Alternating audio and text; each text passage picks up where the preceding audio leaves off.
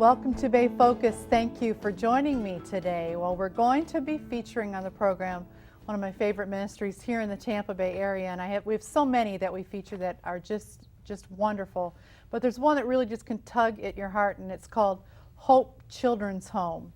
And they're located in Tampa, and they just do an incredible work in how they take children in from all over the country and just give them a whole new life. And if you've been watching the show for a number of years, they've had various things happening in recent years that are so exciting, including building the Cottages of Hope to give. These are our homes, taking it a little bit out of the dormitory setting and putting families back together and staying in homes with house parents, and they're beautiful. And we're going to take a look right now on the progress of the Cottages of Hope, because they've just had a dedication that's happened. So let's take a look at Hope Children's Home and their Cottages of Hope.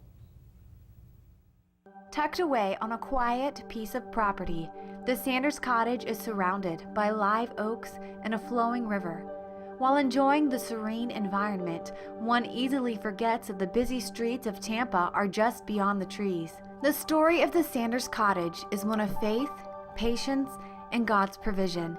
Because of these three things, Hope Children's Home can now rescue even more abandoned, abused, and neglected children from all around the world. Since 1968, Hope Children's Home of Tampa, Florida, has rescued nearly 5,000 children and given them a second chance at life. In the past 10 years, Hope has seen a dramatic increase in the number of younger children that need rescuing, and unfortunately, before the Sanders Cottage was built, Hope didn't have the means to care for children under the age of 2. To turn down a hurting child is almost an impossible thing to do. The children at Hope live in either a boys' dorm or a girls' dorm, meaning that families are split up. With the cottage setting, however, families are able to sleep under the same roof.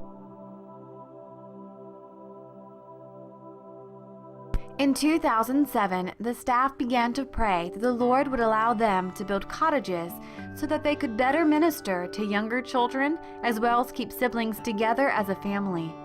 For over a year, prayers were made, but nothing happened. Hope had no choice but to be patient and to wait for the Lord's perfect timing. In 2008, Dr. Mike Higgins, Executive Director of Hope Children's Home, felt that a step of faith needed to be taken. Faith is what drives Hope Children's Home as the Lord provides for all their needs. The home has never received any state or federal funding. It is faith that keeps the doors of Hope open, and so Hope knew that it would take faith to open up another set of doors of a cottage. So volunteers, staff, as well as different mission groups cleared 8 acres of overgrown property that had lain dormant for over 40 years. Hope now had a vision and cleared ground, and once again waited patiently on the Lord. In January of 2009, Dr. Higgins toured Dave Dunkel, chairman and CEO of K-Force, a leading staffing services firm known across the country and around the world. Dave Dunkel had been a friend of Hope Children's Home for many years. He'd helped our children in various different ways over the years and been an intricate part of our ministry, but he'd not had the opportunity to come and physically see what was going on at Hope Children's Home. It was a thrill to finally have Dave come out and to let him see what God was doing on the property of Hope. It's simply an amazing thing that you have to see firsthand to realize. At the conclusion of Dave's tour that day, Dave looked at me with a very serious look and asked me, why did I think God had brought him here that day? And I had already gathered a piece about that. I didn't know how it was going to come together, but I knew why Dave was here that day. And I replied to Dave and said, Dave, I believe you're here because God wants you to help us with the Cottages of Hope project. Dave kind of laughed and drove away. But just a few short weeks later, I received a call from Dave, as he's the chairman of the Fezziwig Foundation, a nonprofit foundation that helps folks like Hope Children's Home. And Dave called me that day during a board meeting and said, Mike, I'm here with our members, and we have voted unanimously today to help you with the Cottages of Hope project. And that day, the Fezziwig Foundation awarded Hope Children's Home a grant that was large enough to begin the infrastructure and the development of the Cottages of Hope project, and because of that, to this day, we've now completed our first Cottage of Hope. From that point on, businesses, churches, and individuals from all across the country stepped up and committed to donating materials and labor and to assist financially. In the winter of 2009, Hope dedicated the land to the Lord and had a groundbreaking ceremony. Unfortunately, it took a year and a half for all the permits to be approved, and once all the permitting was approved, in June of 2011, Hope held a construction kickoff ceremony. Sponsors and members of the community joined Hope in celebrating the highly anticipated start of the building process. Starting in September of 2011, scores of volunteers, mission groups, and businesses donated their time and material, and both the Sanders Cottage as well as the second cottage began to take shape. Hope decided to go green with the building of the first cottage for the sake of the environment as well as for cutting costs in the future. The Sanders Cottage is the first LEED certified, privately funded children's home cottage in the world, LEED being the highest level of green that can be achieved. On August 2nd of 2012, nearly 200 people gathered to see the first Cottages of Hope dedication. Sponsors and political figures, as well as the staff and children of Hope, witnessed the opening of a cottage that was completely paid for inside and out with not one dime of Hope's money. To God be the glory. After prayer and careful consideration, Hope placed 9 children in the cottage. Jacob used to cry in the dorms for his sisters, and now he gets to sleep under the same roof with them. Belen has been at Hope for 10 years, and she has lived in a dorm-style setting for most of her life.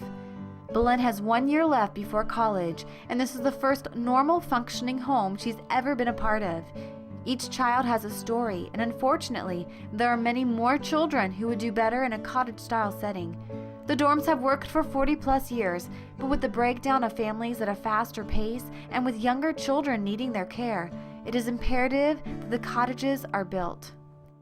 The second cottage is 70% complete, and it will stay that way until someone provides for Hope financially. For over 40 years, Hope Children's Home has looked to God by faith to provide all of our needs. And it's been the same process with the Cottages of Hope. You've seen the miracles that God has put together, from financing to all that had to come about in order to make this project complete. We're in the midst of an election year. We're hearing a lot of campaign promises, a lot of campaign speeches. We're hearing all the different ideas of how to fix America. But the truth is, to fix America, we must go back to God's Word, and we must train up children in the nurture and admonition of the Lord.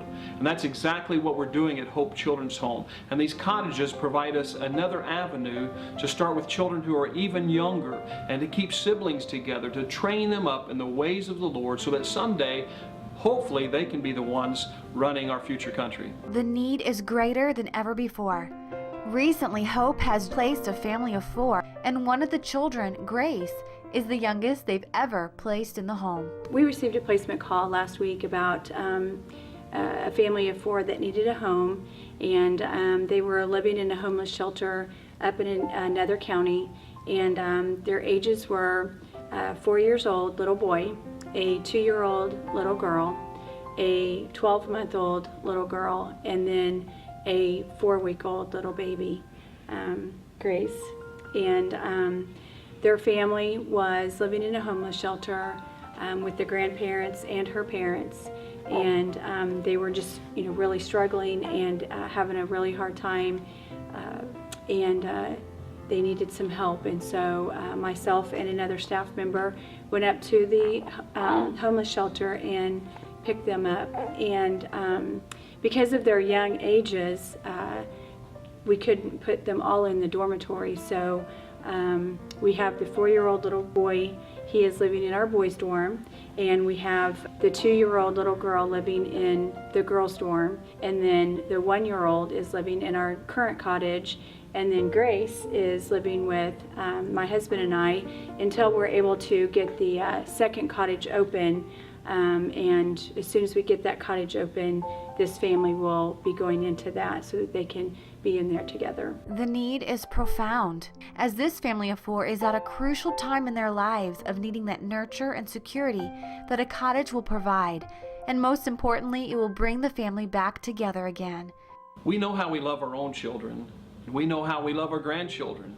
The truth is, a 5-week-old baby such as Grace needs our love as well. It's not fair that a little child would grow up in a homeless shelter. She needs a place like the Cottage of Hope. We must get this second cottage open for children like Grace and her family. The first cottage is full. The calls are coming in. We need your help. You can have a part in shaping the lives of these children and many children in the future. Please ask yourself, what is the life of a child worth to you?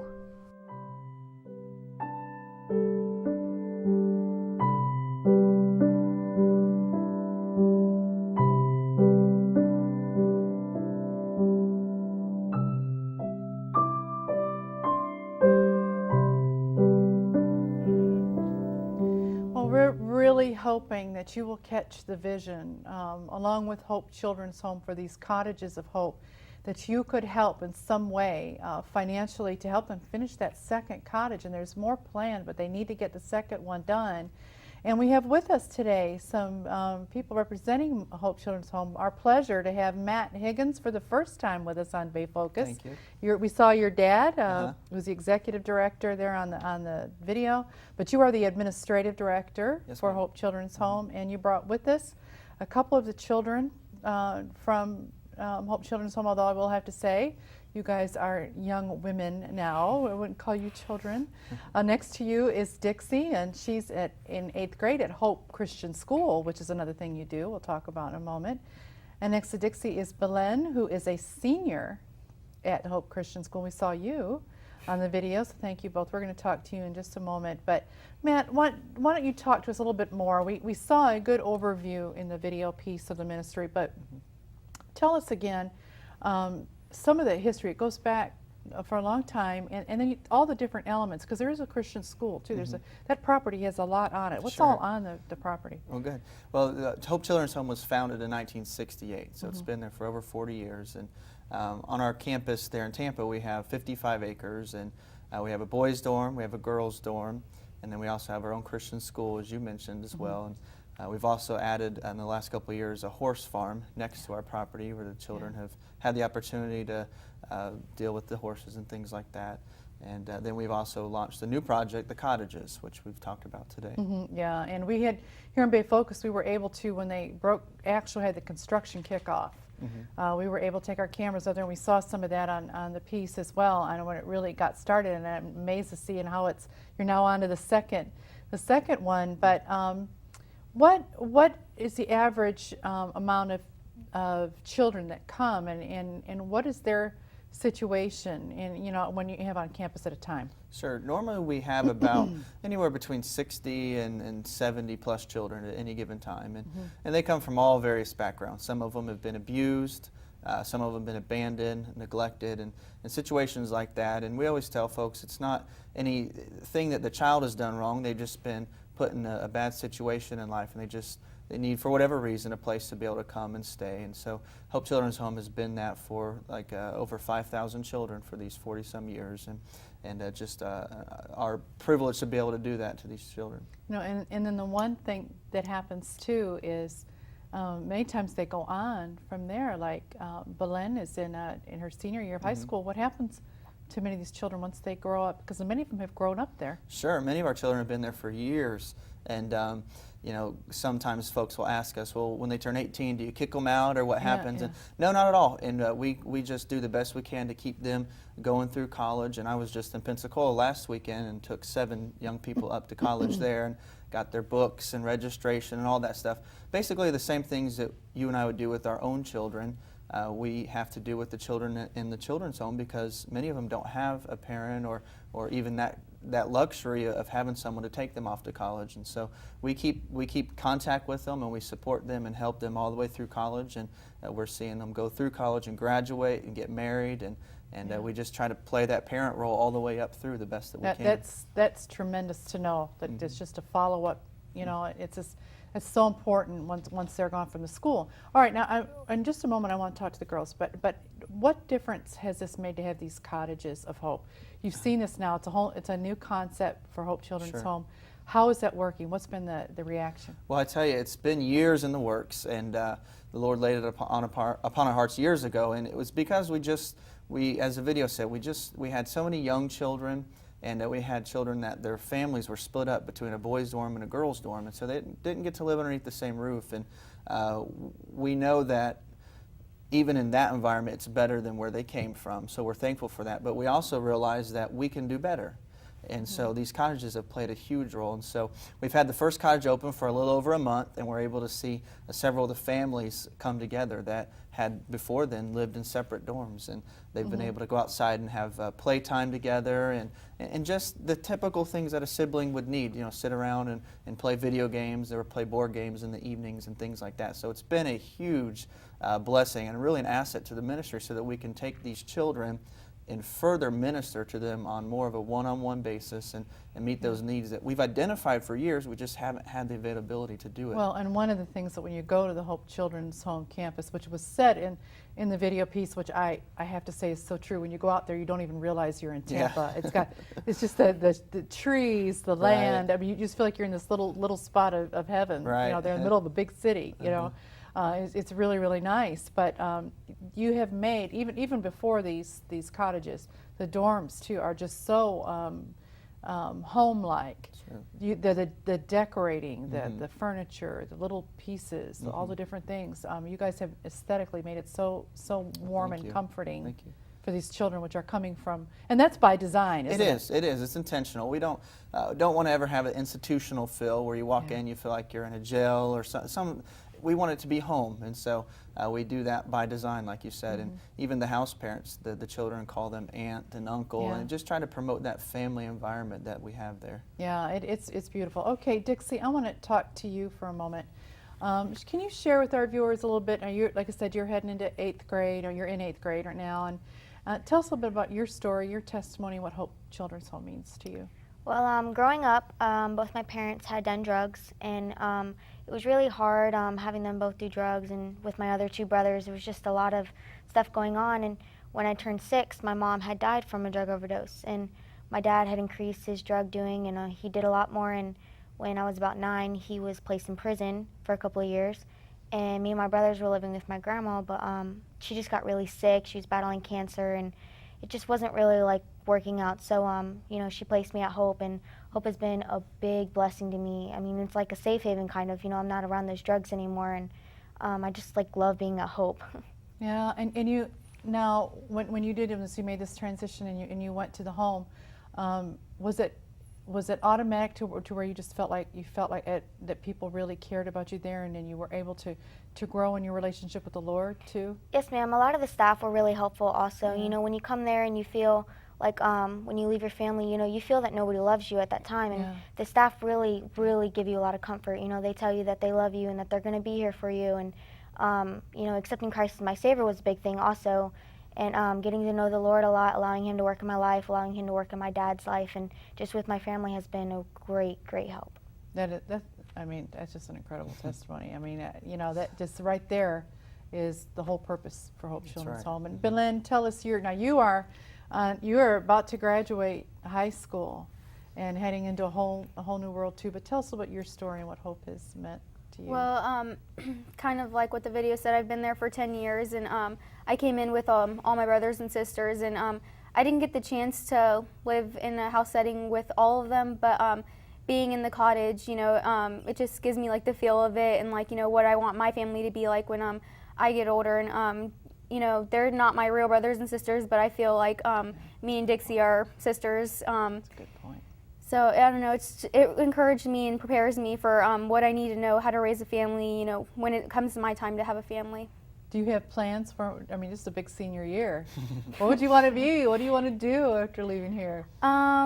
Well, my brother went to Pensacola Christian Academy. I'm thinking about going there to do broadcasting, but I'm not for sure yet. You want us to come over here and just take good. This is giving you a good look at it today, huh? That'd be great. Yeah, that'd be wonderful. This is, you know, man, I got to tell you, this is like proof. Well, they say proof in the pudding or kind of thing, you know. Right. I mean, this is what God can do and take lives. But there was something Belen said, and this has to be so important, that no matter what goes on with the biological family, she felt she found family there. And how do you foster that? I mean, how do you do that? How do you get kids to feel like they have family, Sure. no matter what? Sure. Well, as one of them mentioned, they come in oftentimes they just don't feel loved, and again, it's not their fault, but they've been in a bad situation, and so the best thing that we can do is we just try to grab them up in our arms and tell them that we love them, and just promote that through structure, through discipline, but also through loving them as well. And kind of all that just adds together, and it builds security in a child where they know, beyond a shadow of a doubt, that at least someone loves them. Okay, so when they come, when the students, they are students, they're going to Right. school, but when the children come, because they can come from babies on, Sure. what would be a typical day for them? Well, they wake up in the morning, and we have very structured environment, and so they get up and they start and they have chores, and they do things like make their bed or clean the bathroom or whatever, and they all assign separate specific chores. And then from there we have a little time we call God and I time. It's a time to set aside for them to do their personal devotions, and from there they go to breakfast and then off to school, and then after school they come home and they have free time, work on homework, things like that. And then at 8 o'clock every night you can go to any one of our dorms or the cottage, and we'll have family devotions, and just to reinforce what God has done for them, and reinforce biblical principles. And then from there they go to bed, and the weekends are a little bit different depending on what's going on. Yeah. You have various things, and I love it that it's all it's all there. I mean, their school is there, everything's there. It's like they are already there. But they do also, what the children do, they do some outreaches and things too, Sure. don't they? Yeah. They get out. Many times, yeah. Every week they go teen soul winning with our church, and just an opportunity to get out and meet folks in the community, door to door. And we've done things like missions trips. We went down to the Florida Keys a few years ago and totally revamped a church that was struggling there, and painted it and fixed it up, and it just done a lot. We try to teach them to give back, and that's a big thing. Coming to a children's home, you think, well, they've been left a lot of things in life, and that's true. But God has also given them a lot of blessings to be at Hope. And so part of that is to give some of that back to the community and tell others about Christ, and tell others what God has done for them in their life. And that's a big thing. Then these two girls, they go out every Sunday with a singing group, and we'll go to different churches and just give testimonies and sing songs and let people know exactly what God's done for us. I'm glad you brought that up, because I remember seeing even pictures of that, out singing and doing some outreaches with that. And then you also have a children's home in Honduras. We do. And that's going well, right? It is. Yeah, we've just opened our first cottage there. This year, in fact, March 11th was our dedication day.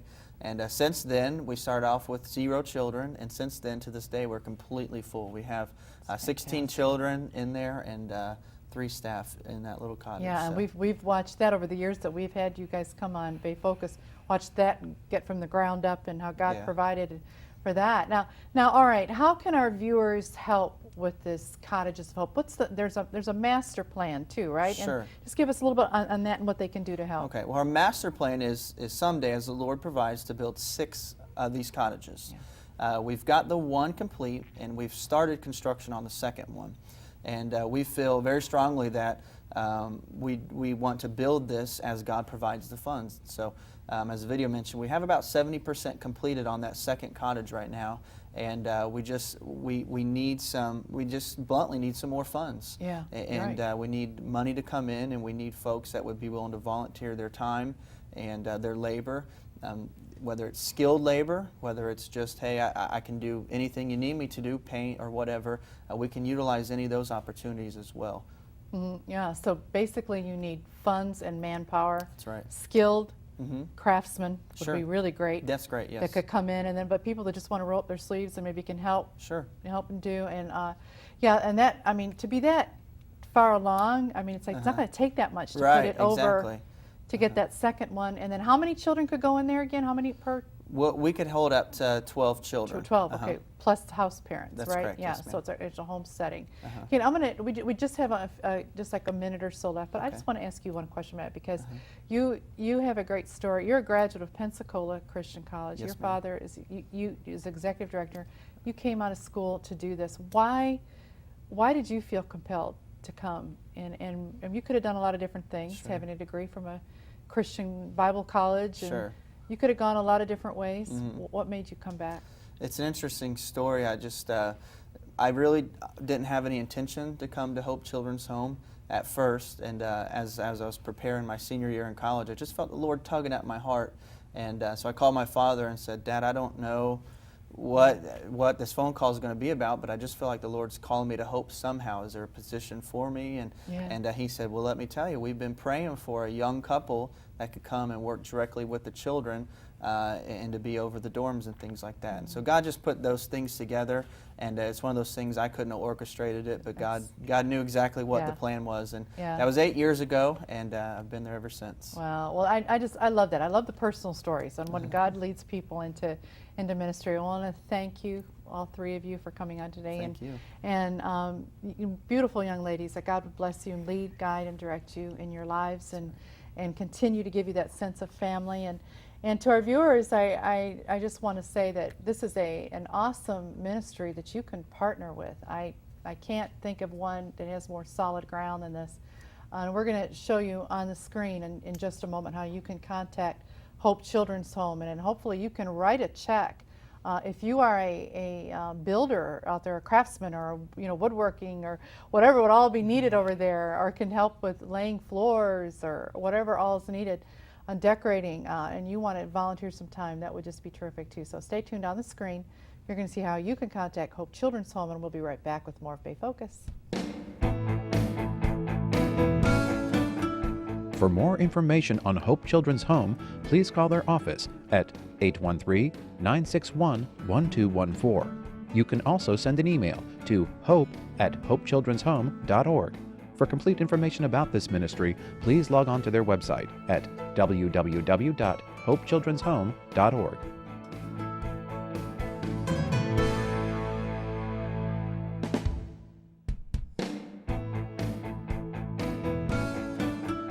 Bay Focus puts the spotlight on Tampa Bay.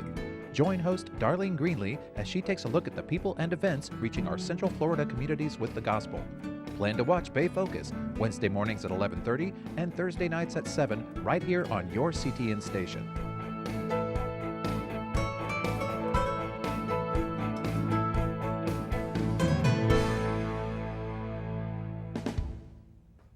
Well, I hope you'll contact Hope Children's Home and do whatever you can to help them complete these Cottages of Hope. What an incredible opportunity, if I can say that right, to bring families together. They can be under one roof, they can live together. And then even, as Belen said earlier, that even you can become families. Some of these children living together, they are their family, living together and serving the Lord together. Thank you so much for tuning in today. We will see you next week on Bay Focus. May God richly, richly bless you.